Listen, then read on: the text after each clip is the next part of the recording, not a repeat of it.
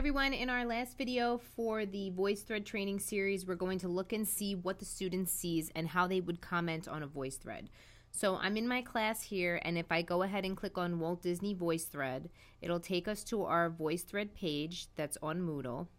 And once it loads, as a student, all I would have to do is click on the VoiceThread, and this is what's going to come up for me.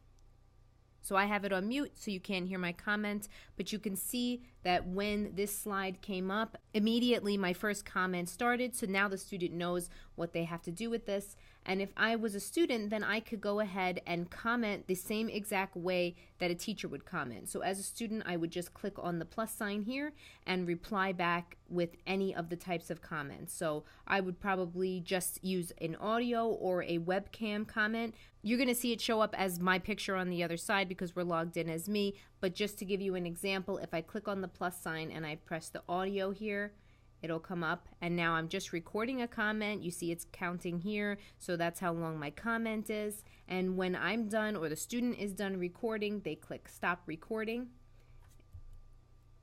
and then it'll play it back after it's done uploading. And now I'm just recording a comment. You see it's counting. So I'm going to press save because that's what I want. And now you can see that that comment showed up under the last comment. Now I had mentioned to you something about threaded commenting.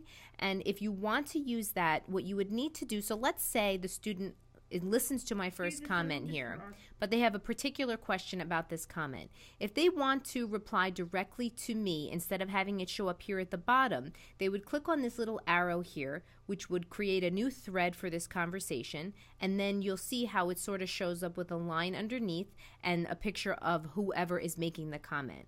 So we'll do this as an example.